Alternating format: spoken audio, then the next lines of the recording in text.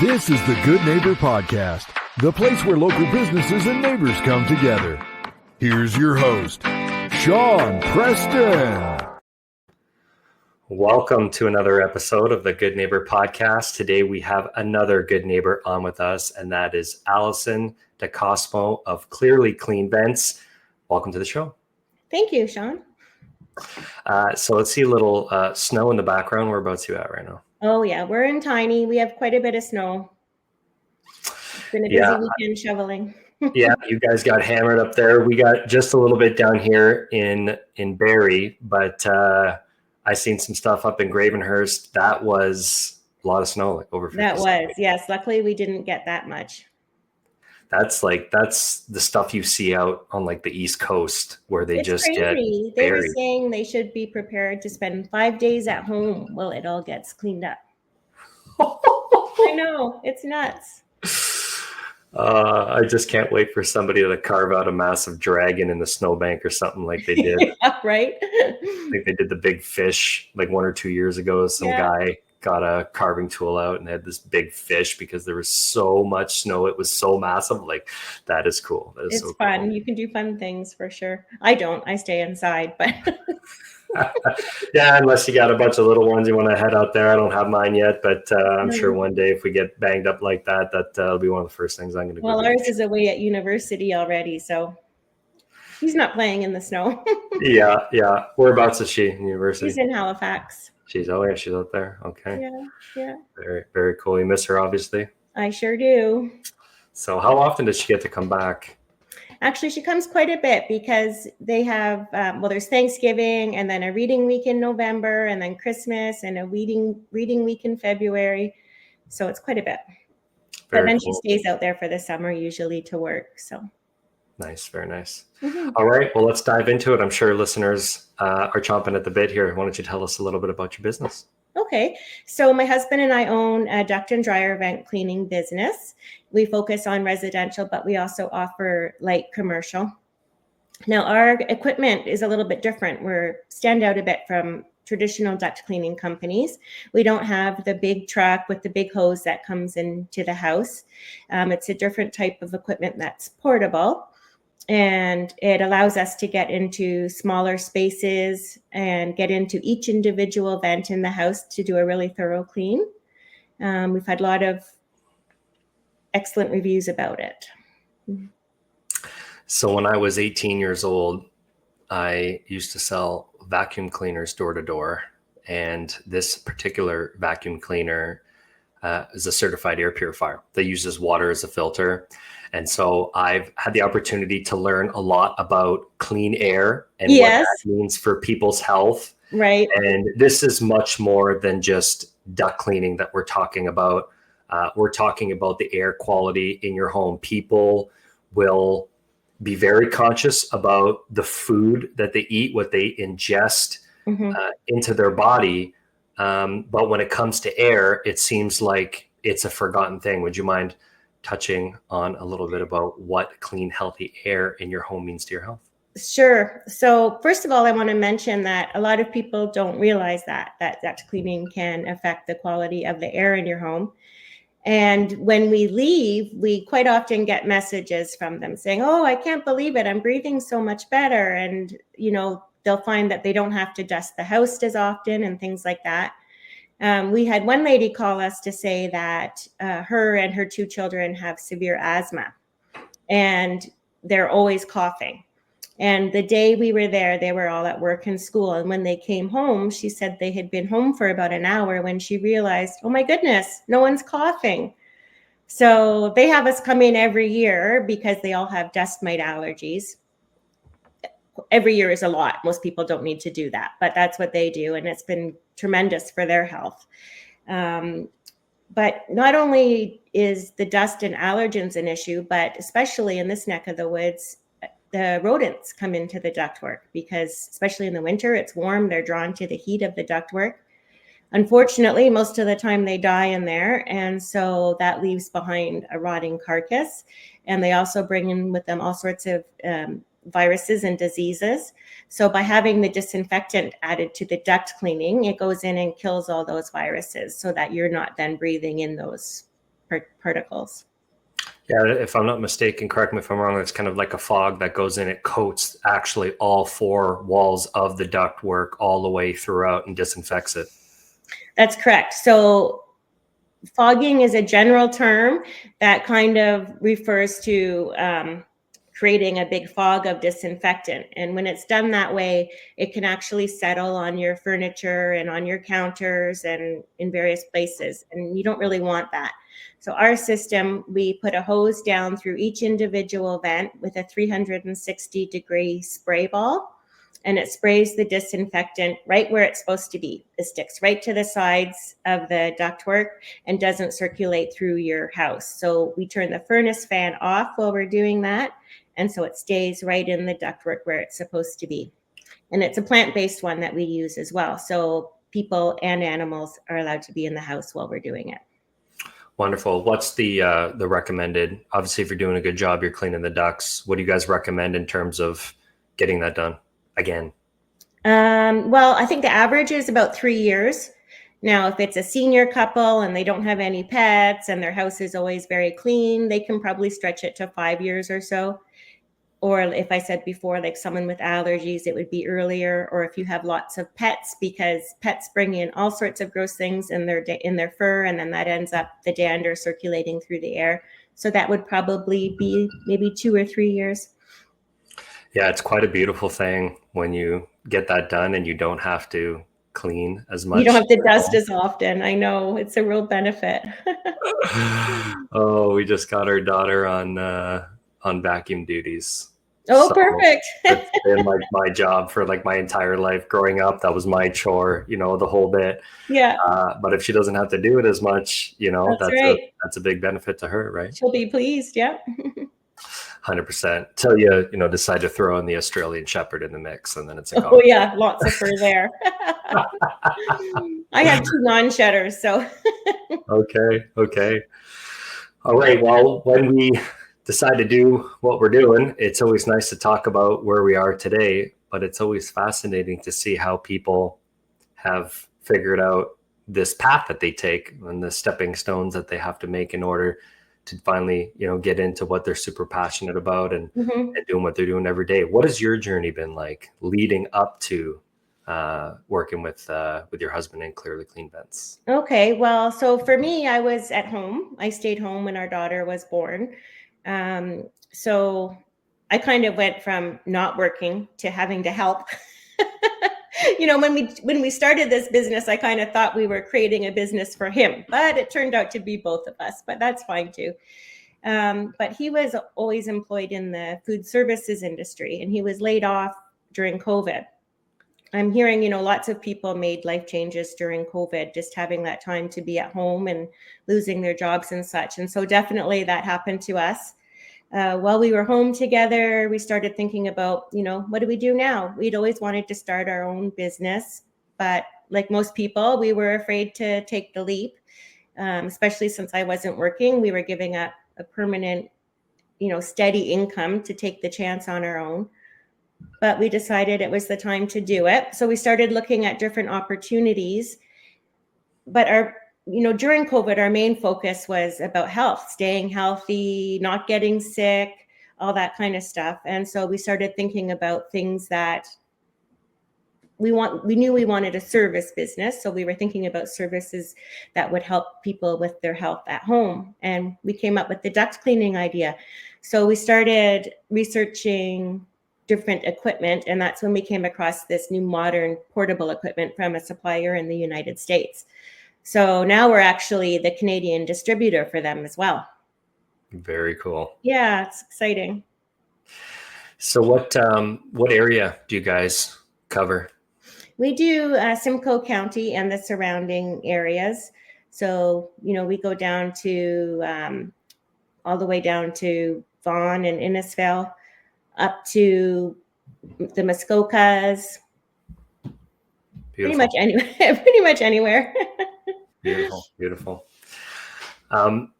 Duct cleaning, the industry in general is it's a tough industry, right? It is. There's a lot of scams out there, a lot of businesses that are fly-by-night companies and stuff like that. You guys are a franchise, I'm assuming?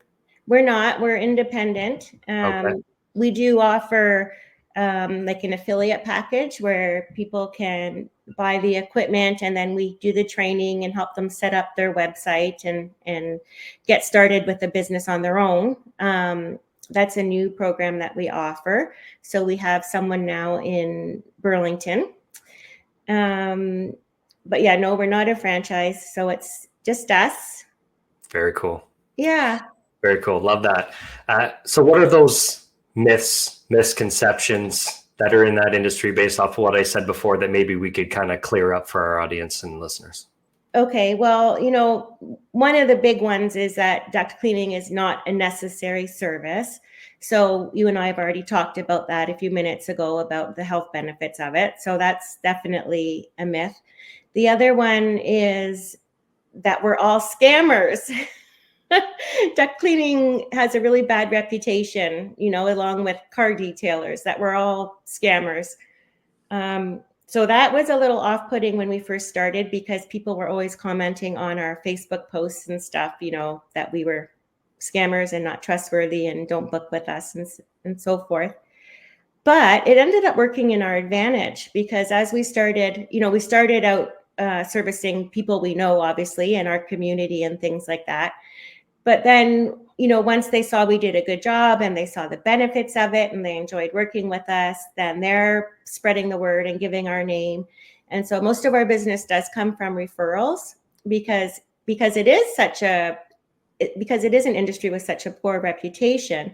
When someone wants it done and then they hear of someone else that had a successful experience, then of course they want to jump on board. So it's actually worked out quite well. And it's funny now when people comment something negative on our post, our previous clients all jump on and say, no, like they're legitimate, they're great, do your research or whatever. So it's great. We have a lot of support in the community. So we're really grateful for that. Nice. Love hearing that. Yeah. Oh, that's it's an important thing that businesses get involved in their local communities, and that certainly helps build that trust within people. For sure. So being a business owner, obviously, when you own a business and you're passionate about it, work doesn't really feel like work, because Absolutely not. we love what we do, right? Yeah. And it makes it a little bit easier, because it doesn't feel like work, to work a lot.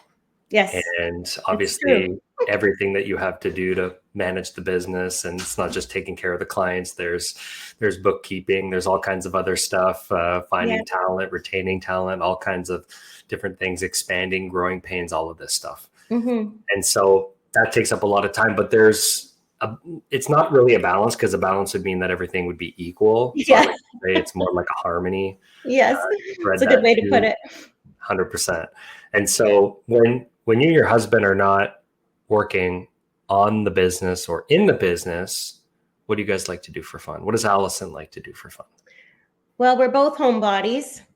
So as I mentioned, I like to be inside. I don't like the cold, and I'm sensitive to the sun. So the inside is a good place for me. And I am a big reader, and I love to do crafts. So I have a big craft room set up where I can make cards and do scrapbooking and things like that. Jeff also is a homebody, but he prefers to be outside. So he's usually outside puttering, working on the lawn, or shoveling the snow, or working on a project of some sort. My significant other, fiance, she's into the crafts. I'm kind of a bit artsy as well too, but she owns a flower shop here in town. Oh, nice. With floral design, and so she's got that creative brain. Her and her girlfriend were just they made these really cute. They could be used for two things. They're like little kind of Christmas ornaments, but you can also like attach them to like a gift for somebody, nice. And then they can put it on their tree. And it's a wire that goes through, and then they just went out and bought like a bunch of different buttons. And then they made Christmas trees out of the different colored buttons. Cute. What's the name of their business? Wild Lotus Floral Design. Oh, lovely. We'll have to check it out. Just off, not too far off of Essa, right in the middle of Barrie. Holly would be the. Okay. Yes. Yeah. Near the rec center there somewhere. Yeah. So she's got that creative mind like you, so loves doing the crafts and stuff like that. Good. Yeah. What do you do in your spare time? I do a lot of different things. That's a loaded question. I'm a big sports fan. Julia's as well too. So she actually, like, right when I came on before we started the show, she's like, "You want to watch a Leaf game tonight?" So fun. So we'll watch different sports. She's big on football. She sucked me into that. I'm wearing a CFL hat. Okay.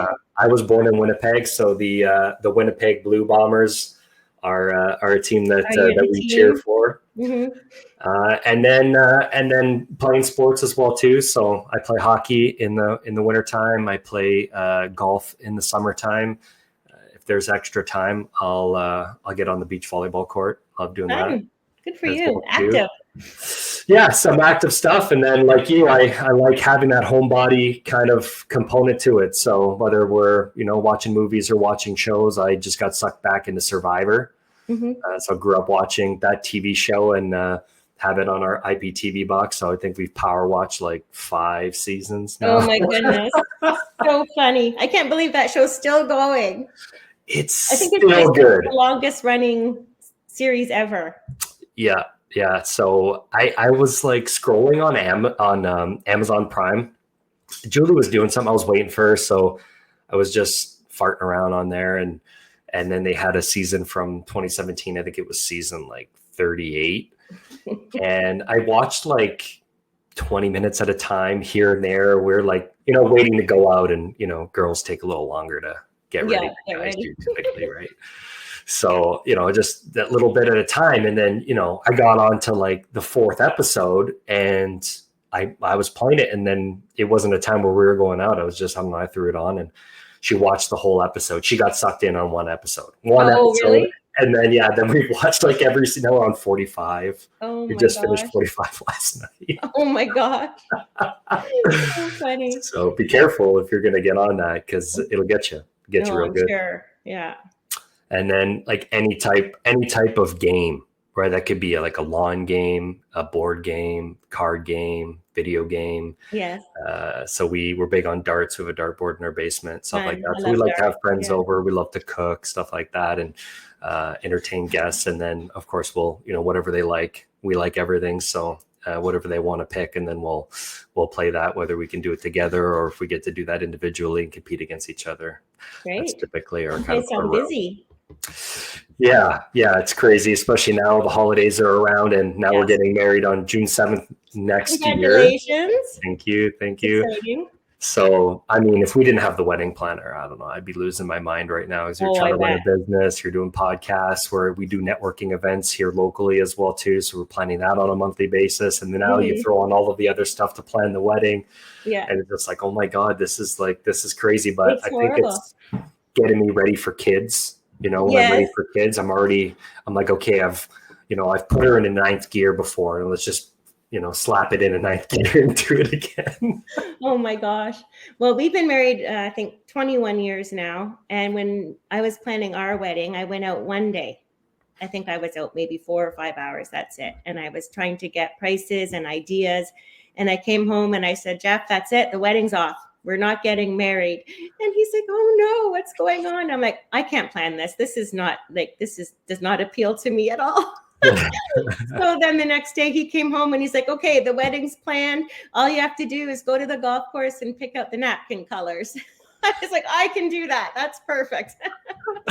So did you guys get a wedding planner, or did he just take it upon himself and plan it? Yeah, he went to the golf course and talked to the event person there, and they sorted it all out, and that was that. Love it. Well, man, I can't wait to meet this guy one day. Yeah. Very, very cool. Okay, so in life, we pick our path, right? We walk that path. This is the path of life. Everybody's on their own unique journey. Yes. And life gets in the way sometimes. It'll throw things at us, challenges, obstacles, things we need to overcome. I've always been really fascinated with human beings. I say this a lot on the show, just our ability to be able to overcome, these challenges. Some people experience more than others. Sometimes they're in forms of tragedies. And we have to move forward, right? Like that's life. And so being able to pull silver linings to find mindset is a big thing to do with this. Seeing the Right. glass half full, all these different things are tools that human beings use to be able to, move forward from this. When it comes to challenges, personal growth, being uncomfortable and growing from what happens in our life, making us stronger, et cetera, et cetera. So I wanted to ask you if you've ever experienced a hardship, a life challenge, maybe you overcame, maybe it made you better, maybe it made you stronger, maybe you pulled some silver linings from it. All right. Well, when I was 20 years old, I was diagnosed with a chronic illness called lupus, and it made me quite sick for quite a long time.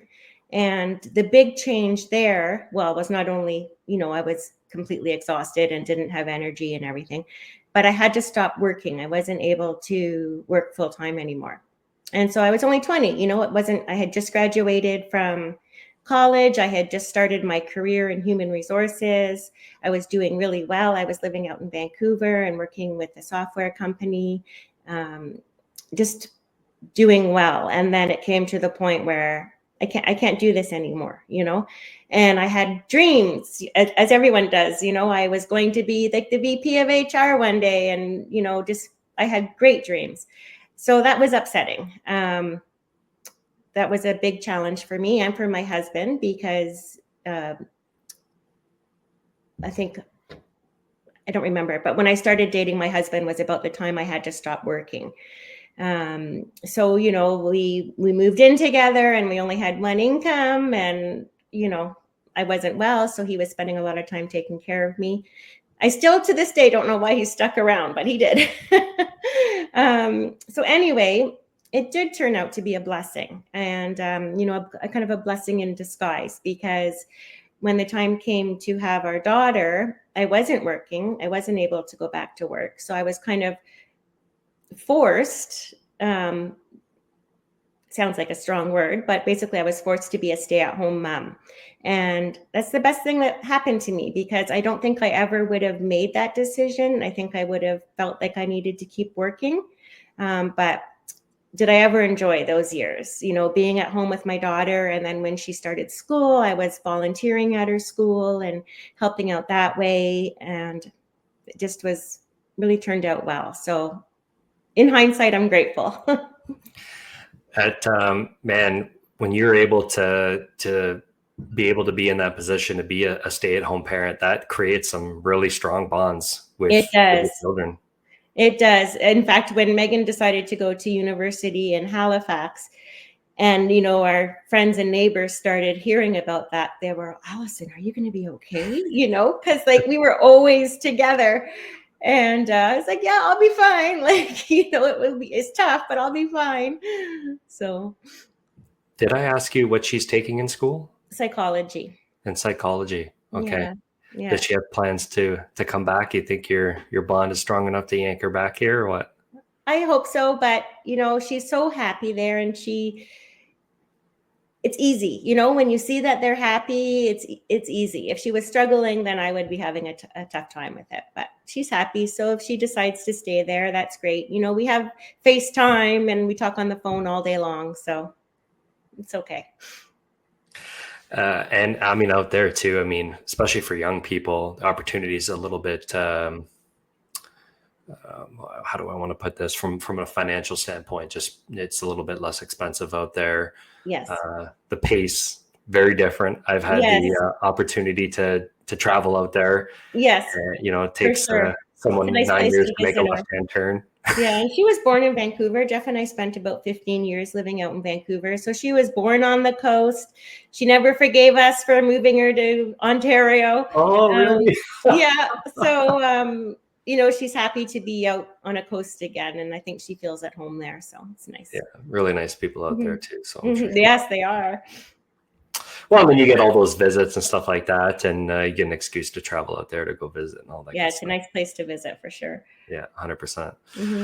What's Alison? What's one thing that you wish our listeners knew about your business? Well, not so much about our business as much as the industry, I guess. We lose some bookings because they've been offered a price of, $99, $149. We'll come in and clean your whole house. Well, the fact about that is it's not possible to, they breeze in and out in an hour and a half. And there's no way in that period of time that their ductwork has been cleaned properly, if at all. So what I wish people knew was that, it's not even worth having it done at that price. So before you book a duct cleaner service, make sure you check to make sure that they have insurance and that they have a business license and that they have WSIB. And if they're accredited with the Better Business Bureau, even better. Check their reviews on Facebook, Google. Just make sure that you're hiring a reputable company, because if the price is that low, chances are they're not, unfortunately. Yeah, correct me if I'm wrong, but those are the ones where the scam happens, because they want the barrier to entry to be significantly low. And then they basically, from what I've heard, is that they won't put that piece on that covers the furnace when they hook everything up. And so they let all of the stuff dump right onto your fan, on everything inside your furnace. And then they'll come back and say, oh, there's a problem with your furnace. Now it's $500 for us to clean it. And then that's how they get you. They do that, and they also will say they found mold when they didn't, or, they just add all these different prices. And so, they think they're coming in for $150, and then they present you with a bill for, $500, which is a fair price if you're expecting it. It's just a big surprise when you're not. And they refuse to leave unless you pay. So they make it really awkward and uncomfortable and kind of scary for you to pay. Or they might not even do that. They just might come in and charge you that much and leave, and they do 5 or 6 a day, but they haven't really done the work. Right. Yeah, so definitely some things to keep an eye out for if you're a consumer. Yes, for sure. Wonderful. Absolutely. Well, awesome conversation. I'm definitely sure there's some people that want to learn a little bit more. Reach out to you guys. And for those who do, what would be one of the best ways they can go ahead and reach you? The best way is to call me. I love to chat. So 705-300-0806. Wonderful. And what's your website? ClearlyCleanVents.com. Wonderful. Yeah. Awesome conversation. It was great talking to you, Sean. Great to get to know you as well. And wish you all the best out there. Thank you so much. Have a great day. You as well. Bye-bye. Thank you for listening to the Good Neighbor Podcast. To nominate your favorite local businesses to be featured on the show, go to gnpwithjeffandsean.com. That's gnpwithjeffandsean.com, or call 705-413-3775.